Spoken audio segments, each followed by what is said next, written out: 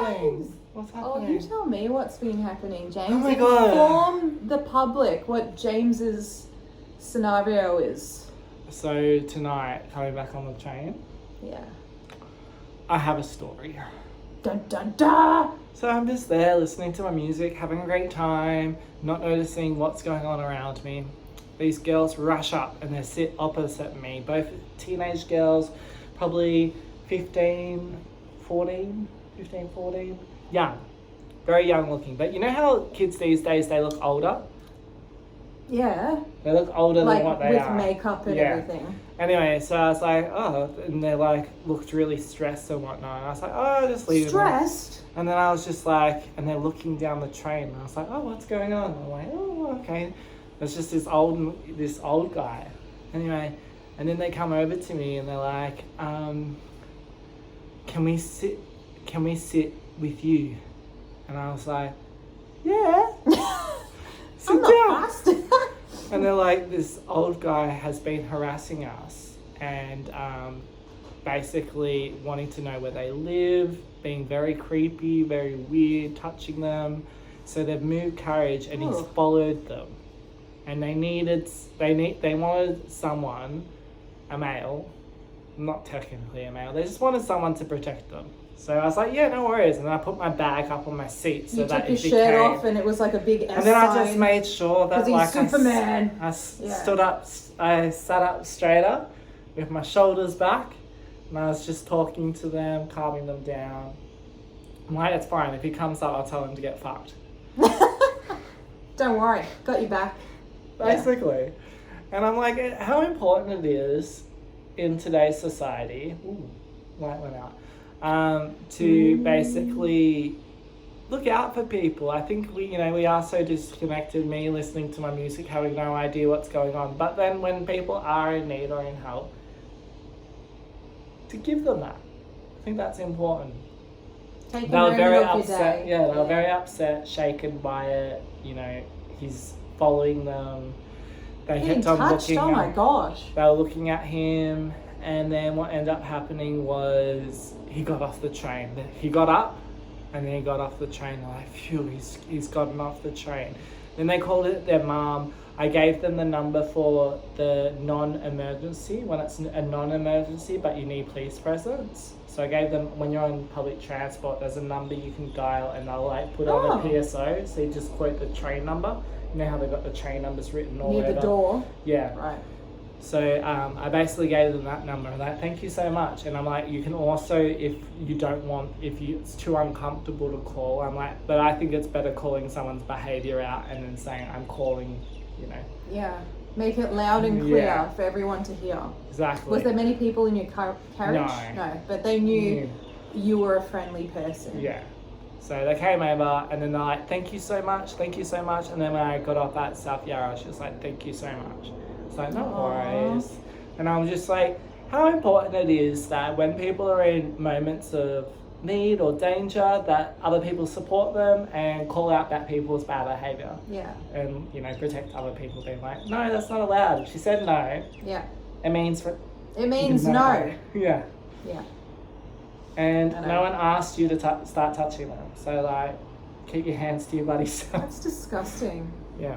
So, I also said it would be good if they reported it because it's not good to let this behaviour. That guy will come back. Yeah. At least they can track him on those cameras in the trains, yeah? 100%.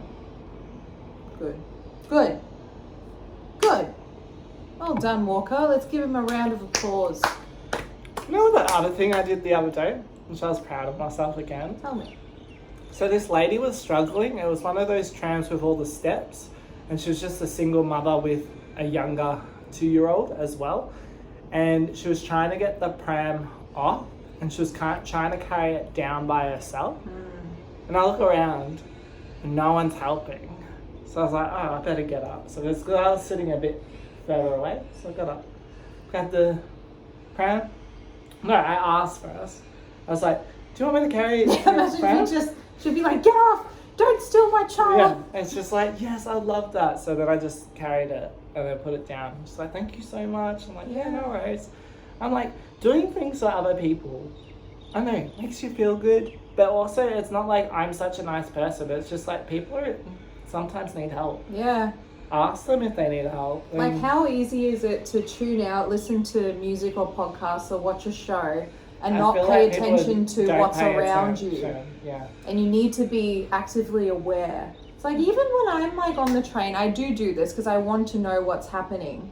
Or whenever I'm like walking by myself anywhere, I always put one earbud in and the other one's free. Because how many cases are there where, I don't know, well, now in Melbourne, all the train tracks, most of them are lifted, but when they were just like on the ground, people would just walk and you don't hear anything or the sirens or anything, and they just get hit. It's just so tragic. Yeah. I think it's important to be aware. That's very true. Aware. I'm so bad at putting them both in and blasting and being like, really into this sad emotional song. The cow. You know what I mean? It's pretty bad like that. So yeah. You know another thing James does? He walks me to my car. So I come all the time to do the podcast, and James, being the gentleman that he is, always makes sure, whether I'm anywhere in Melbourne, that I get to my car safely. So kudos to you. You know, you make a man very proud someday, James. Yeah, walking them to their car. Yeah. You really need it. You needed help? I'm here. Yeah, but no, I think those types of things are very much what we need, just to be aware of surroundings, I guess. Yeah. And what other people are going through.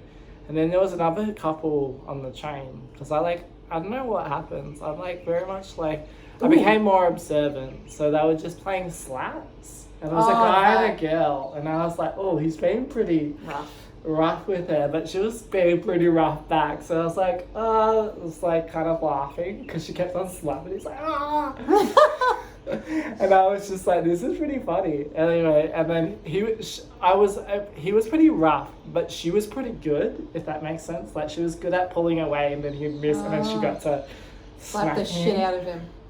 So I was just like, this is interesting. They're playing a pretty violent game with each other, but they both seem to be oh my God, do you remember that game? I was like, okay. With the coins and you flick? I used to play that game. And then I remember my rude finger got drastically cut. And I was like, no more. But I got full on into that, where you put your knuckles and then you flick the coin. Don't do that, kids. Yeah. Yeah, no. Don't do it. But your line seems to be bloody interesting compared to mine. The days that I do take the train, which I haven't been because I'm like lazy. Yeah, it's so empty, obviously, because everyone's at home, because we've got so many cases. Yeah, they're either at home or they're slapping each other. Yeah, I know. I was just like, it was really bizarre. And I don't know, I was like,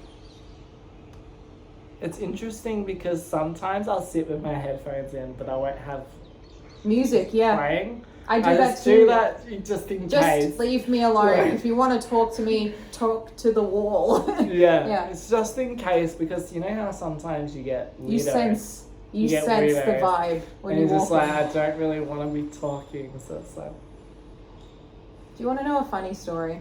I'll share it with the public. I don't think I've told this out loud, but I'll say it. Once a long time ago, being like a year ago, I went with my mum on the train, and we always do once a year, me and mum. Oh my gosh, the light is going on and off. We don't know what supernatural activities happen. No, I'm joking. But anyways, yeah.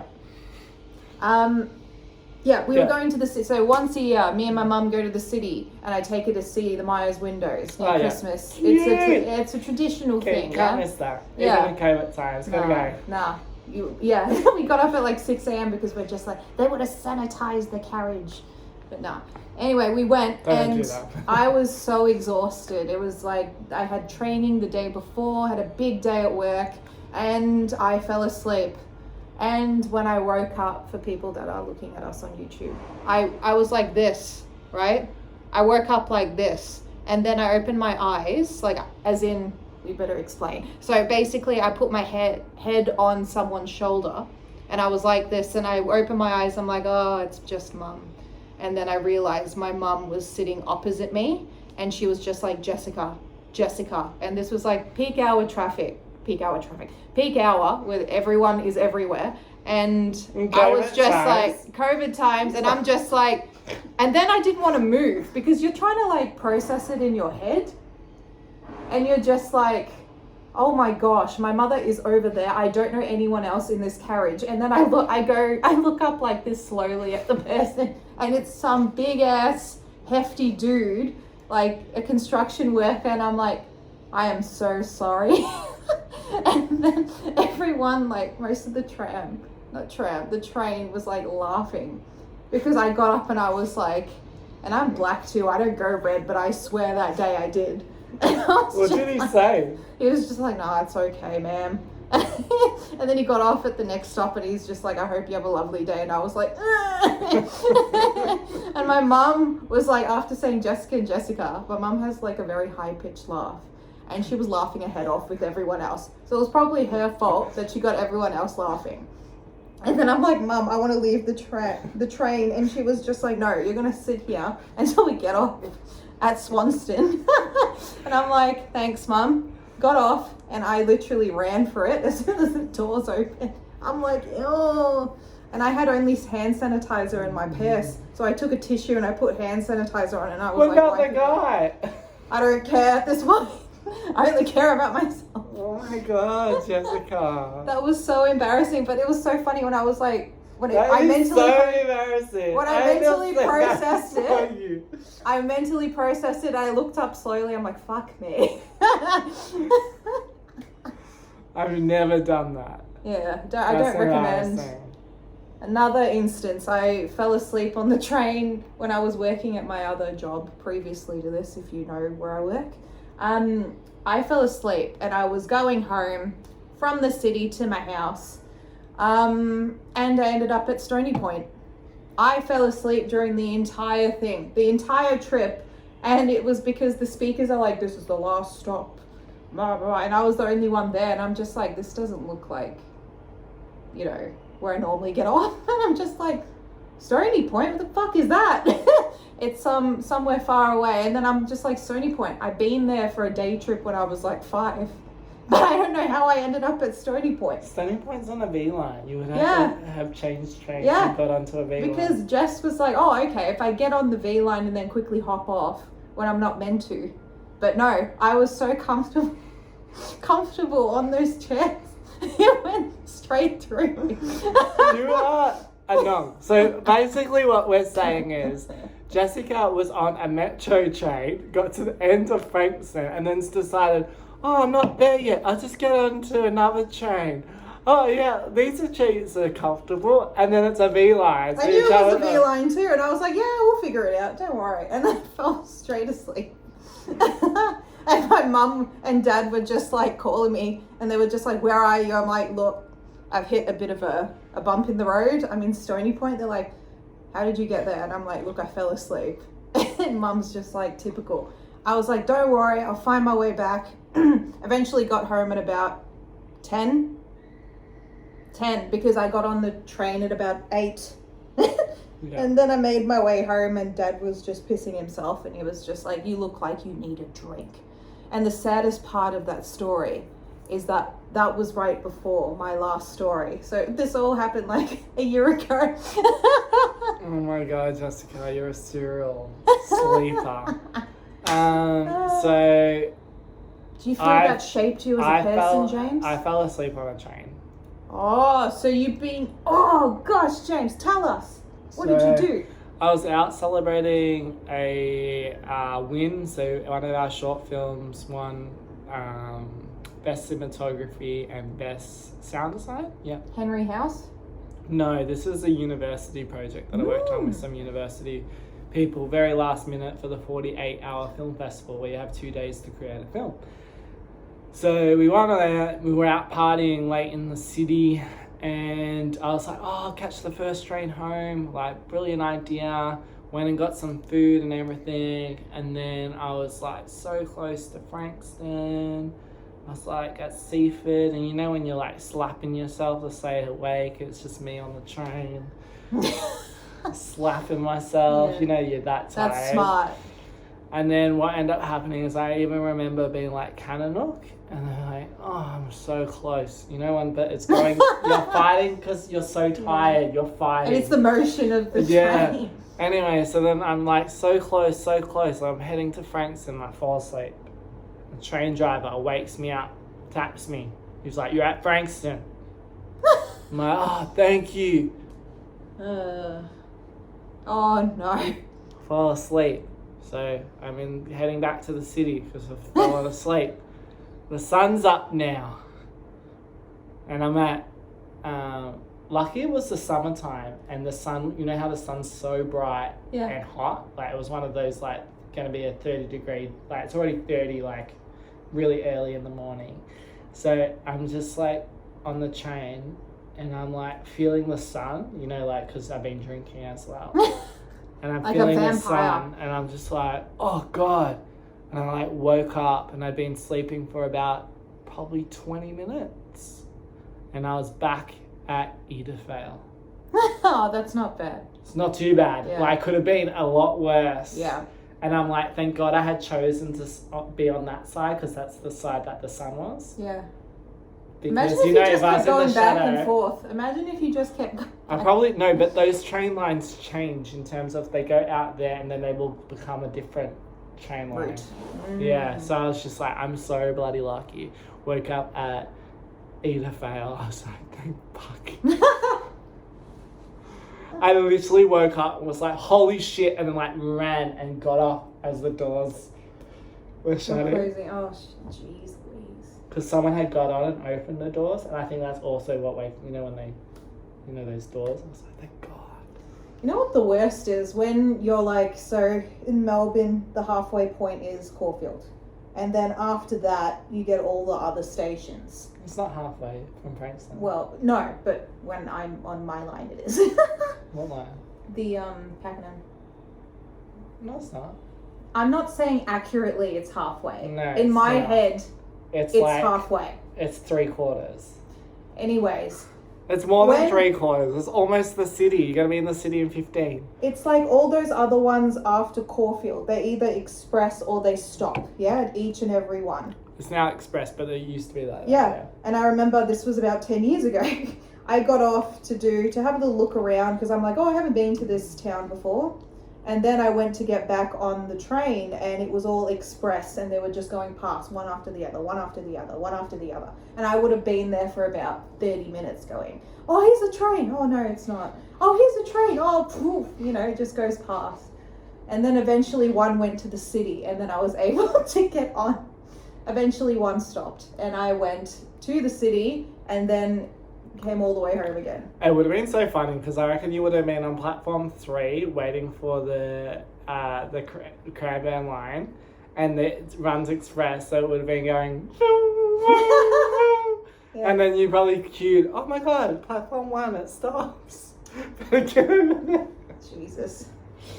Oh my God. But tell me a time that shaped you, James. Oh my God, the time that shaped me.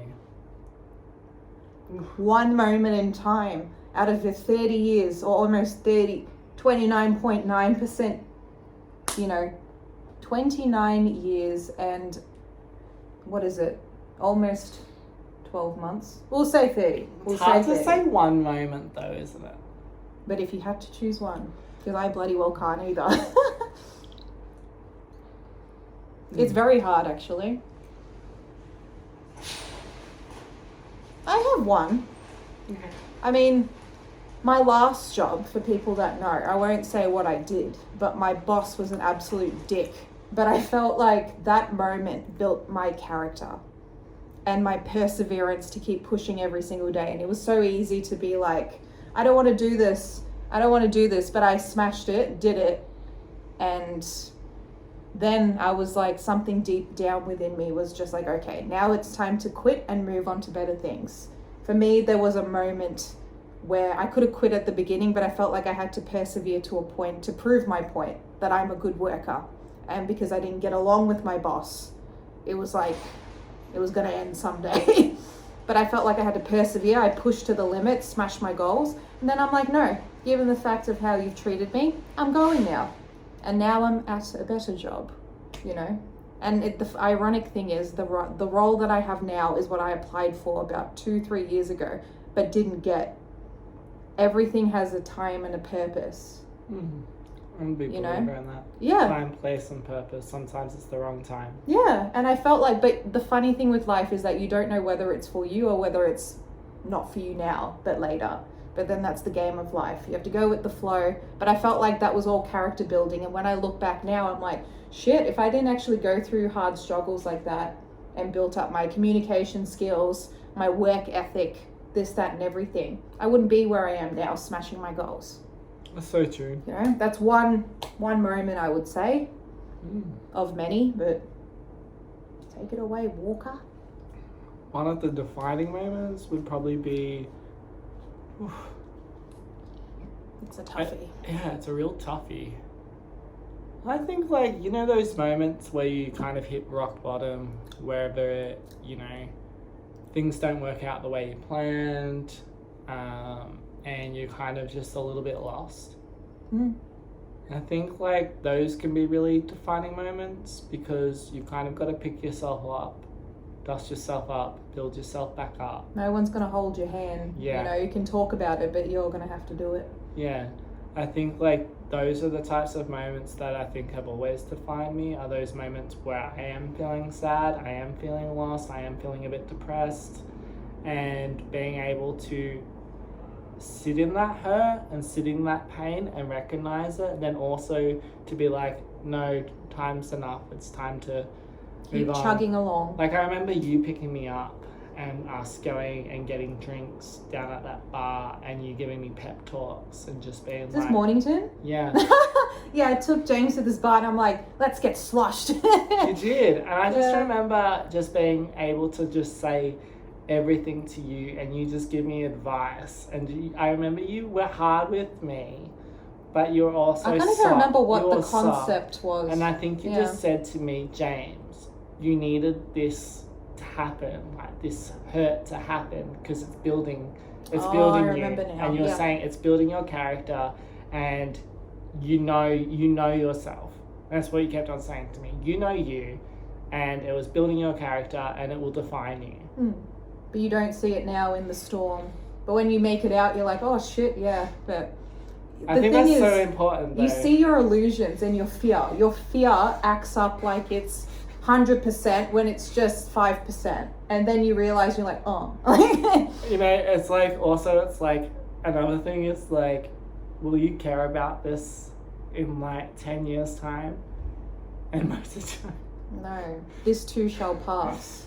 Yeah. You know, and as much as it feels so hard and everything and you're lost and whatnot, I think it's just about like those moments of picking yourself up, dusting yourself up, building back your confidence, building back your beliefs, like self-belief and self-worth. Yeah, the self-worth and love, isn't it? You have to, no matter what relationship or situation that you're in, you have to constantly build that, because at the end of the day, no one's going to do that for you. And do your shadow work. Yeah, shadow work, that's the word. Yeah. Yep. Being able to realize as well as like, what are some of the things that have triggered you, and what are some things that you could improve upon, like the stuff that you want to pretend that you don't do, like those things you're like, I'm not that, but you kind of do know that your shadow self does do that, and it's about like honoring that and working on that. And when you're at moments of adversity, you really know who your friends are. They're either you get types of people that are supportive for only like a couple of instances, and then they're just like, but I told you, and they're not there for the process. They're like, I'd already told you this, now you're becoming a pain in the ass. And then this has happened to me, and they're just like, nah, I've had enough of you, we're no longer friends. And I'm just like, but why aren't you sticking by me as I process this? But then I shouldn't be asking that question, because they're not the right people. And then you realize the people, so if you need help, ask the right people, I would say. And also, I think also another thing is that when people are going through it, sometimes you don't know the right things to say to someone, and maybe like sometimes you just need that person there, just quiet. Just be there as I grieve. Yeah.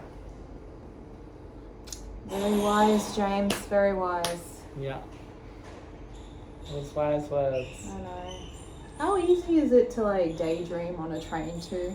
And you're just like, you're either listening to other people's conversations. I usually and I'm write just like my songs on a train. Oh, really? That's usually when I will start like writing lyrics and get a concept of what the story is, or I'll be thinking and reflecting. Like I do a lot of reflecting work on train, I've realized. Like a lot of the time I'll reflect on the past, the present, and the future all at once, if that kind of makes sense. And like my mind flutters between where I am now. And then you're just like, wait, don't take it seriously. And you have to reel it back. And then it's kind of like you get lost in the daydream as well of where you are in the future. And you're kind of going down that route and you're just like, okay, shit, you're dreaming. You're dreaming. When you start like getting all antsy, like I find that with me, I get more fearful and I'm just like, no, just actually quiet your mind. And then it's like meditation is just like, oh yeah, nothing's happening. I'm just like on this train. But then I also like just staring out. Sometimes my mum knocks on the the bathroom door because I'm just standing there sometimes, and water's so like refreshing and it's so calming to listen to, and I'm just it's just falling. It's just like I probably should stop doing this. And mum's like, you're paying the water bill. I'm like, I'm sorry. I was in deep. The worst thing is when you're in the shower and you have a good idea. And this is how I busted up my last phone. Because I used to put the shower head, God, everyone knows my secrets now. I used to put the shower head against the wall and I used to like write like in my notes, oh, this is a really good poem. This is a really good idea for a song or something. And my notes are still like that. Like I have like from years. And it's just me in the shower. And then I stuffed up my phone. Chemical damage. And then I went in and they're just like, how did you get chemical damage? Did you drop your phone? No. I may have been in the shower just typing and a few drops like went into like the cracks. So I stopped that. But now I quickly rush out and I'm just like, where's the towel? And I always keep my phone like on the table now and I'm just like... I usually like do some singing stuff in the shower. Oh, yeah? Have a little sing-along, get like some song ideas down, sing some lyrics and whatnot. You're in the zone. The hardest bit about that is remembering where you were in the moment in the shower and trying to replicate what you were doing. I find that the hardest. Like you've come out of it, you kind of remember the melody, but then there's something about the water not being there and the vibe that it doesn't really match what it was in that moment. Like you were so lost. That's the worst, and then you feel like shit because you can't remember. Yeah. And then it was like, oh, it was just something fleeting. Yeah. It'll come back if it's meant to be, and it never comes back. Yeah. Good chat, James. Good chat. Let's go. He's 29 now. Turning 30 this weekend. Wish me happy birthday. Happy birthday to you. Happy birthday to you. Happy birthday, dear James. Happy birthday to you. I'm not the type of person, you know, some people get shy about their birthdays. I'm turning 30 and I love it. Yeah. Give me attention and give me presents. I love it. Yeah. I'll add that to the speech. Yeah, it's such a Capricorn thing to say, James. Presents that I like. The rest, take it back. You better keep the receipt. I like money. Yeah. All right, James. Good to see ya. Good to see ya. Oh yeah, don't touch me. Don't touch me. Yeah. Bye.